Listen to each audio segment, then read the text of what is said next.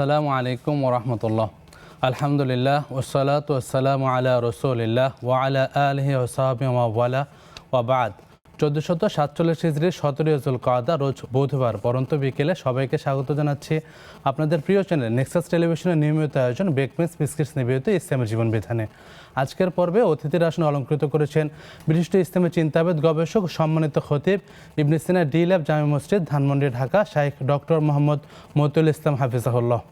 আসসালামু আলাইকুম রহমতুল্লাহ বারাকাতুহু। ওয়ালাইকুম সালাম ওরহমতুল্লাহ বারাকাতুহু। শেখ কেমন আছেন? আলহামদুলিল্লাহ, আল্লাহ ভালো রেখেছেন, ভালো আছি। আপনি কেমন আছেন? আলহামদুলিল্লাহ, আমরা সবাই ভালো আছি। নেক্সাস পরিবারের পক্ষ থেকে আপনার স্বাগত জানাচ্ছি। ধন্যবাদ আপনাদেরকে সবাইকে। ইয়াক প্রিয় দর্শক, আপনারাও সংযুক্ত হতে পারেন আমাদের সাথে। স্ক্রিনে প্রদর্শিত নম্বরটিতে ফোন কলের মাধ্যমে আপনাদের জীবন ঘনিষ্ঠ যে কোনো প্রশ্নের উত্তর জেনে নিতে পারেন শাইখের কাছ থেকে।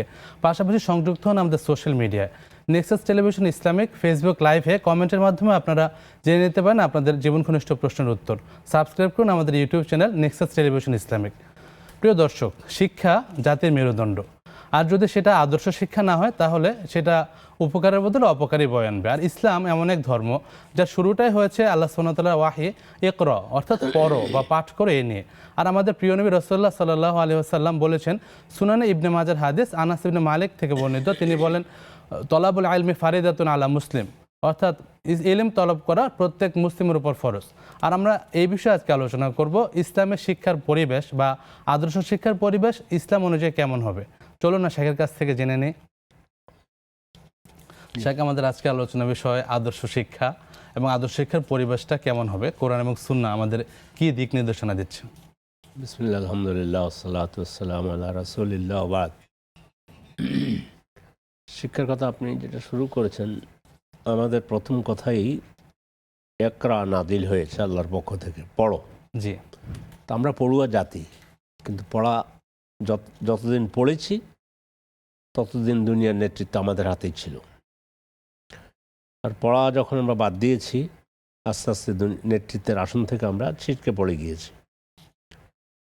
বহু বছর আগে, 20 বছর আগে অথবা 25 বছর আগে একটা পত্রিকার একটা শিরোনাম পড়েছিলাম আর্টিকেলের, উম্মাত ইকরা আযাফাত আনিল কিরাআ ফাখাসিরাতিল কিয়াদা। পড়ুয়া জাতি পড়া বাদ দেওয়ার কারণে নেতৃত্বের আসন থেকে ছিটকে পড়েছে। এই ম্যাগাজিনটা আফগানিস্তান থেকে বের হতো তখন, জানি না এটা এখন আছে কিনা। তো আমি যেটা বলছিলাম, শিক্ষার সাথে মোহাম্মদ সাল্লাল্লাহু আলাইহি ওয়াসাল্লাম মানবতার শিক্ষক ছিলেন। জি। অথচ কোরআনে ওনাকে বলা হয়েছে নিরক্ষর। দুটো মিলাবে কেমনে? মানে রাসূলকে আল্লাহ তাআলা কোনো পৃথিবীর কোনো মানুষের জন্য নিকট মানে শেখার জন্য পাঠাননি। জি। তাহলে অবস্থা হয়তো কি বলতে, তো অমুকে শিখাই দিয়েছে। জি, তার পক্ষ থেকে পেয়েছে, রবেই ওনাকে শিক্ষা দিয়ে দিয়েছে। এই জন্য উনি বলছেন যে বুইস্তু মুআল্লিমান, আমি শিক্ষক হয়ে নাজিল হয়েছি। আর তার শিক্ষার মধ্যে ছিল আদর্শ। জি।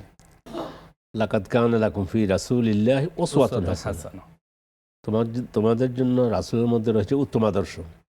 তাহলে শিক্ষা আর আদর্শ দুটো যদি সমন্বয় সাধন করা না হয়, সে শিক্ষা মানুষকে মানুষ পশুর সীমা থেকে আরো নিচে নামিয়ে দিতে পারে, বালহুমাদল নিচে নামিয়ে দিতে পারে। আচ্ছা, ওটা দৃষ্টান্ত আছে, শত শত হাজার হাজার ভুরি ভুরি সিদ্ধান্ত আছে। শিক্ষা আছে, লেখাপড়া করেছে, কিন্তু শিক্ষার সাথে নৈতিকতা নেই, নৈতিকতা বিবর্জিত শিক্ষা। কিন্তু তাকে পরিবেশগত কারণে তাকে স্যার বলতে হচ্ছে। আপনি দেখবেন যে বহু লোক দেশের হাজার হাজার কোটি টাকা, জনগণের টাকা নিয়ে গিয়েছে, যে কোনোভাবে তার পেশি শক্তি আছে, মামু খালু আছে, তাকে আমরা স্যারও বলি, কিন্তু হলো কি একটা জাতির পেটে লাথি মেরে হাজার কোটি টাকা নিয়ে গেছে। ও তো কিছু হলে লেখাপড়া করেছে, স্কুলে গিয়েছে, কলেজে গিয়েছে, শিক্ষা আছে, কিন্তু ওই শিক্ষা নৈতিক শিক্ষা না হওয়ার কারণে মানে ও মানুষের পেটে লাথি দিতে কোনো চিন্তা করতেছে না। অথচ পেটের জ্বালায় 300 টাকা যদি চুরি করে, সেই চোরটাকে আমরা ধরে গাছের সাথে বেঁধে রাখি।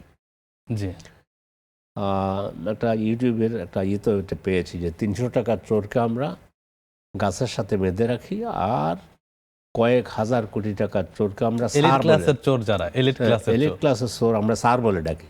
তাকে স্যার বলতে হবে। আমাদের দুর্ভাগ্য, এটা আমাদের দুর্ভাগ্য। আমরা কাউকে আক্রমণ করার জন্য কথা বলছি না। জি। শিক্ষার সাথে নৈতিকতা আছে। সে শিক্ষা একটা জাতিকে সর্বোচ্চ স্তরে, সম্মানের সর্বোচ্চ স্তরে পৌঁছাই দিতে পারে।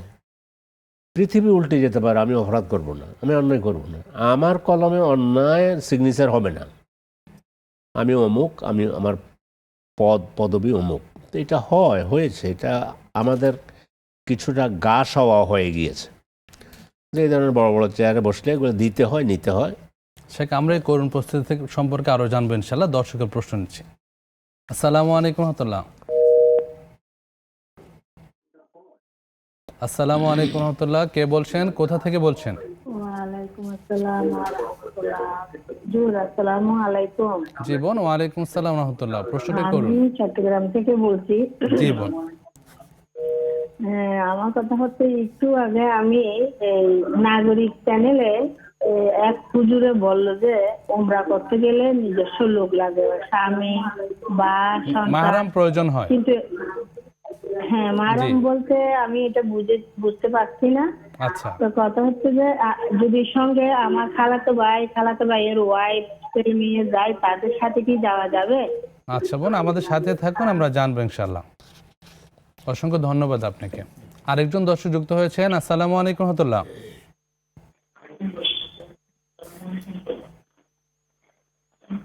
আসসালামু আলাইকুম। ওয়ালাইকুম আসসালাম রহমতুল্লাহ। জি বোন, প্রশ্নটি করুন। আমার প্রশ্ন হলো সর্বনিম্ন কত লাখ টাকা থাকলে যাকাত দিতে হবে? শুধু শুধু অর্থই আছে আপনাদের কাছে, তাই তো? না, স্বর্ণ আর এই আর করেন আচ্ছা। আম। অন্য কোনো স্বর্ণ প্রশ্ন আছে বোন? হ্যাঁ, জি আছে। জি বলুন প্লিজ। আরেকটা হইলো যে অজুর প্রতি জি, দেখি আকাশে তাকাই করতে হবে। একটু আবার বলুন প্লিজ, এরকম শুনি। প্রশ্নটি আবার বলুন। যে দোয়া করি সেটা কি আকাশ দিকে তাকাই করতে হবে? অজুর পরে দোয়া আকাশের দিকে তাকিয়ে পড়তে হবে কিনা আমরা জানবো ইনশাল্লাহ। আরেকটা জি জি প্লিজ, আরেকটা জি। আরেকটা হলো যে আমার ছেলে তো মারা গেছে। ওর আমি দান সৎকার করতে পারবো না। আচ্ছা বোন, আমরা জানবো ইনশাল্লাহ, আমাদের সাথেই থাকুন। আরেকজন দর্শক যুক্ত হয়েছেন। আসসালামু আলাইকুম রহমতুল্লাহ। ওয়ালাইকুম আসসালাম। জি বোন, প্রশ্নটি করুন। প্রশ্ন হলো হুজুর, আমি তো আগে জানতাম না যে ভাঙ্গা রোজা গুলো পড়ে দিতে হয়। আচ্ছা তা আমি মনে করেন 100-র বেশি হয়ে গেছে করতে, আর এমনি তো নফল রোজা রাখি। আচ্ছা আমার তো হিসাব নাই। আচ্ছা। এখন ওই রোজার সম্বন্ধে আমাকে একটু বলবে। আর বাংলাদেশের 9 তারিখে জিলহজ মাসে আমরা কি রোজা রাখবো? জি বোন, আমরা জানবো ইনশাল্লাহ। অসংখ্য ধন্যবাদ আপনাদের। যে শেখ, বেশ কিছু প্রশ্ন জমেছে, আমরা আলোচনা করছিলাম যে এলিট ক্লাসের চোরদের নিয়ে, যাদেরকে আমরা বাইরে থেকে অনেক সম্মান করি, ইচ্ছায় হোক অনিচ্ছায় হোক, কিন্তু তারা যারা মানে রক্ষক হওয়ার কথা, তারা ভক্ষকের ভূমিকা পালন করছে। এই জন্য কারণ হলো শিক্ষার সাথে নৈতিকতা নেই। জি তো এই জন্য শিক্ষার সাথে নৈতিকতা থাকলে ওমর হওয়া যায়। ওমর রাদিয়াল্লাহু তাআলা আনহুকে বিদেশি আপনার মিডিয়ার লোক এসেছে, আজকের যুগে আমরা, অথবা ডিপ্লোমেট এসেছে জি ওনার সাথে কথা বলার জন্য। রোম সম্রাট তার দূত পাঠিয়েছে ওমরের কাছে। তিনি ওমরকে খুঁজতেছেন, এসেছেন, মদিনায় এসেছেন। খুঁজতে খুঁজতে ওমর ছেলে বললো তাব্বু তো হয়তো বেরিয়ে গিয়েছে এদিকে। তো ও গিয়ে শেষে দেখলো যে এক জায়গা, কাহিনী লম্বা, জি শর্টকাট বলতে যে গাছের নিচে শুয়ে আছে। আচ্ছা। ও তো হতবাক হয়ে গিয়েছে, কি করে অর্ধেক পৃথিবীর মালিক ওমর গাছের নিচে শুয়ে আছে। তো সে সেখানে দাঁড়িয়ে যে কথা করছে যে হাকামতা ফা আদালতা ফা আমিনতা ফা নেমতা, আল্লাহু আকবার, শাসন করেছেন, ইনসাফ করেছেন, নিরাপদ হয়েছেন, গাছের নিচে শুয়ে আছেন। 60টা শব্দ আল্লাহু আকবার ওমর সম্পর্কে। গোটা পৃথিবী চেষ্টা করে, আরেকজন ওমর পৃথিবীকে উপহার দিতে পারবে না, সম্ভব না। না। এই জন্য আমি তো বলি যে মুহাম্মদ সাল্লাল্লাহু আলাইহি মসজিদের সামনের যে জায়গাটুকু, আসহাব সোফা, জি যারা অসহায় ছিলেন সাহাবাদের মধ্যে, তারা এখানে থাকতেন, তাদের খাওয়া দাওয়ার এখানে হতো, এখানে জ্ঞান চর্চা হতো। এখান থেকে ওমর বেরিয়েছে, ওসমান বেরিয়েছে, আলী বেরিয়েছে, মুআবিয়া রাদিয়াল্লাহু তাআলা, আবু বকর এরা বেরিয়েছে, রাদিয়াল্লাহু আনহুম আজমাইন। আজমাইন। তো এই জন্য ওনাদের শিক্ষার সাথে নৈতিকতা ছিল। এই জন্য ওমর বলেছেন, আমার ভয় হয় যদি ফোরাতের তীরে একটা কুকুরও না খেয়ে মারা যায়, ওর জন্য আল্লাহর কাছে আমাকে জবাব দিতে হবে। কত বড় কথা, তাকওয়ার কত বড় বহিঃপ্রকাশ। বহিঃপ্রকাশ। আল্লাহু আকবার। তখন সেই নেতৃত্ব কোথায়? আর এখনও যারা বিভিন্ন পোস্টে আছে, বিভিন্ন জায়গা আছে, তারা তো কিছু না কিছু লেখাপড়া করেছে, জি কিন্তু লেখাপড়ার সাথে আদর্শ নাই বলে, নৈতিকতা নাই বলে এই অবস্থা হচ্ছে।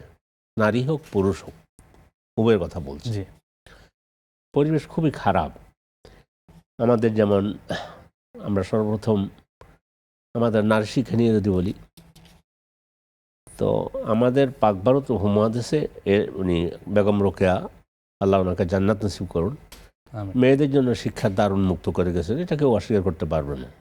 কিন্তু আমরা কি জানি 2245 হিজরিতে মরক্কোতে কারাউইন ইউনিভার্সিটি জি প্রথম যিনি প্রতিষ্ঠা করেছিলেন একজন নারী, নারীর মাধ্যমে, কেউ যায় না আসলে। উনি ফাতেমা বিনতে মোহাম্মদ আল ফেহরিয়া আল কোরাশিয়া, কোরাইশ বংশের ফেহের গোত্রের ফাতিমা বিশ্ববিদ্যালয় করেছে। জি প্রথম সেই বিশ্ববিদ্যালয়। প্রথম বিশ্ববিদ্যালয়, সেই বিশ্ববিদ্যালয় এখনো আছে। জি আমরা অনেকে মনে করি যে আমাদের তো এই যে নারী শিক্ষা, এই নারী শিক্ষা না, তারপরে ইসলামের নারী, এই মৌলবীরা আসলে বোঝে না, তারপরে নারীদেরকে অনেক শিক্ষা, নেতিবাচক কথা শোনা যায়, কথা আসলে এটা আমাদের শোনা যায়। অজ্ঞতার ফসল বা ফল। মূর্খ। জি আমাদের আম্মাজান ফাতেমা রাদিয়াল্লাহু, আম্মাজান আয়েশা রাদিয়াল্লাহু তাআলা আনহা এই পৃথিবীর সবচেয়ে একজন মুহাদ্দিসা, জি প্রায় 2000 হাদিসের মতো 2000 রাসূল থেকে বর্ণনা করেছেন।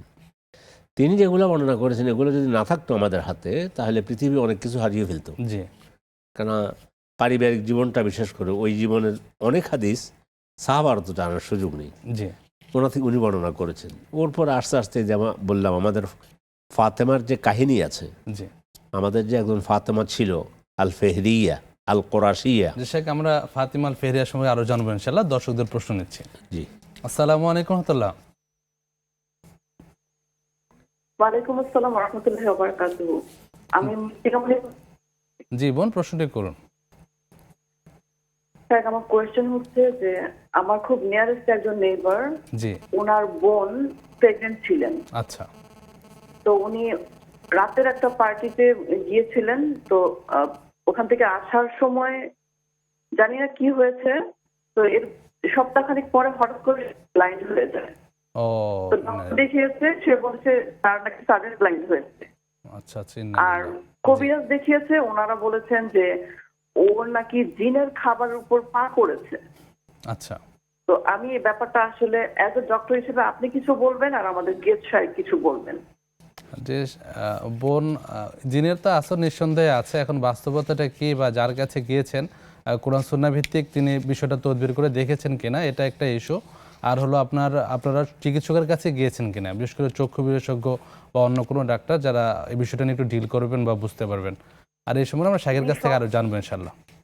জি স্যার, সব ডাক্তার দেখানো হয়েছে, জি সব ডাক্তাররা মানে নেগেটিভ রেজাল্ট দিয়েছে, বলছে আচ্ছা। এই চোখ আর নাকি ভালো হবে ভালো না, সুযোগ সাডেন নেই। ব্লাইন্ড হয়ে গেছে। আচ্ছা আচ্ছা, ঠিক আছে, আমরা জানবো ইনশাল্লাহ। বোন একটু অপেক্ষা করুন। আরেকজন দর্শক যুক্ত হয়েছেন। আসসালামু আলাইকুম রহমতুল্লাহ। জি বোন, শুনতে পাচ্ছি আসসালামু আপনাকে। আলাইকুম। জি ওয়ালাইকুম আসসালাম রহমতুল্লাহ। বোন শুনতে পাচ্ছি। হুজুর, আমার দুটি প্রশ্ন ছিল। জি আমরা যে নামাজে প্রথমে দাঁড়াই, মনে মনে তো নিয়ত করি, জি তারপর নিয়ত যেহেতু থানায় দুইটা পড়ি, জি এখন কি থানা নিয়ত দুটোটাই পড়া লাগবে, না যে কোনো একটা পড়লেই হবে? জি তারপর বোন, দ্বিতীয় এগুলো প্রশ্ন আসলে হলো নামাজের অংশ না, শাইখ আরো বিস্তারিত বলবেন। জি, দ্বিতীয় প্রশ্ন আপনার বোন। আচ্ছা, দ্বিতীয় প্রশ্নটা হলো, আমরা যে ফরজ নামাজের পর আয়াতুল কুরসিটা পড়ি, জি এটা কি আউযুবিল্লাহ সহ পড়তে হবে, না বিসমিল্লাহ সহ পড়লেই হবে?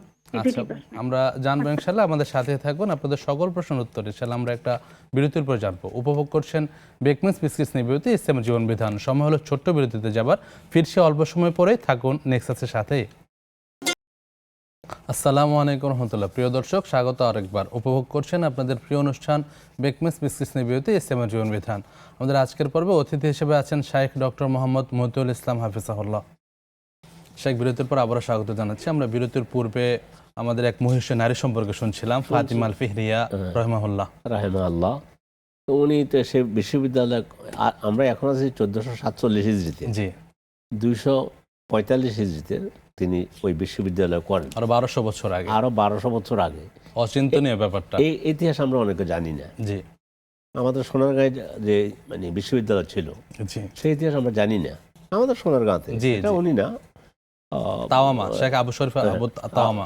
তাওয়ামা, জি, উনি তৈরি করেছেন। তো যাই হোক, শিক্ষার ব্যাপারে যেটা বলছিলাম, শিক্ষায় নৈতিকতা লাগবে। মুহাম্মদ সাল্লাল্লাহু আলাইহি ওয়াসাল্লামের চরিত্র তো পৃথিবীতে মুসলিম অমুসলিম সকলে এক বাক্যে এটা বলে যে ওনার মতো সর্বশ্রেষ্ঠ উত্তম চরিত্রের অধিকারী তিনি ছিলেন। জি নিঃসন্দেহে। আল্লাহ দিয়েছেন এই ইন্নাকা আলা খুলুকিন খুলুকিন আযীম। আযীম। তো ওনার সম্পর্কে, ওনার চরিত্রটা কেমন এটা জানতে চাই। উনি বলছেন যে আমি মুআল্লিম হিসাবে, শিক্ষক হিসাবে এসেছি। তো ওনার চরিত্র সম্পর্কে কথা উঠতে গিয়ে তখন আম্মা জান আয়েশাকে বলতে চাই, বলেন তো ওনার চরিত্র কেমন ছিল। দেখুন উনি কত বড় শিক্ষিতা ছিলেন, কত উঁচু মাপের মানে কত জ্ঞান চমৎকার একটা থাকলে উত্তর তিনি দিয়েছেন। তিনি উত্তর দিলেন যে তোমরা কি কোরআন পড়ো না? আল্লাহু হ্যাঁ আকবার। পড়ি। যে কোরআনটাই হলো ওনার কানা চরিত্র, খুলুকুল কোরআন। খুলুকুহুল কোরআন, তার চরিত্র হলো কোরআন। সুবহান। জীবন্ত কোরআন দেখতে চাও, ওনাকে দেখো। আমরা পৃথিবীর কাছে চ্যালেঞ্জ দিতে চাই, দিয়েছি, অবশ্যই। কিয়ামত পর্যন্ত আমরা দিতে পারবো যে তোমরা মুহাম্মদ সাল্লামের চরিত্র নিয়ে একটা এমন চরিত্র দেখাও যেটা আসলে ঠিক হয়নি। সম্ভব না, অসম্ভব না, অসম্ভব, শুধু বুঝের অভাব আমাদের, কিছু বুঝের অভাব। নির্বোধরে কিছু কথা বলে না বুঝে। না বুঝে। তো এই জন্য আমাদের শিক্ষার পরিবেশ যেটা আর কি আপনি যেটা বলেছেন, সে পরিবেশ আমরা তো কেন তৈরি করতে পারছি না সেটা তো জানি। কিছু কিছু দেশ তো আছে, পারছে। জি যেমন এখন এই যে ছেলে মেয়েদের অবাধ মেলামেশা, এখন অবাধ মেলামেশার মধ্যে আমাদের মেয়েরা বড় শিক্ষিকা হবে, বড় ডাক্তার হবে, এবং কি আমি তো আমার আলোচনায় বলি যে আমাদের মেয়েদের গাইনি স্পেশালিস্ট হওয়া ফরজে কিফায়া। জি একদল মেয়ে গাইনি স্পেশালিস্ট হওয়া এটা নয় যে সে আচ্ছা মেয়ে গেল আর কি ডাক্তারি পড়তেছে না, আমাদেরকে শিখাতে হবে ও তো মায়ের জাতি, স্নেহময়ী, মায়াময়ী। তারপরেও ওই একদল মহিলা আমাদের থাকতে হবে গাইনি স্পেশালিস্ট। জি কথার কথা বললাম, ফরজে কেফায়াও বলছি আমি জি এই আমার এই আজকের আলোচনায়। তো যেখানে ফরজে কেফায়া পড়তে বলেছে, কিন্তু সে আল্লাহ বলছে বা কোরআন হাদিসের তো হচ্ছে একটু সীমা রাখাটা তুমি লঙ্ঘন করো না। জি এই সীমা রাখা লঙ্ঘন হয়ে যাচ্ছে আমাদের শিক্ষা ব্যবস্থাতে। শিক্ষকরা ভাগ হয়ে গেছে, অমুক জি। দল তমুক দল, এরপরে গোলাপি কালার অমুক কালার, শিক্ষক মানে কালার হয়ে গেছে। দুঃখজনক। হ্যাঁ, দুঃখজনক এটা।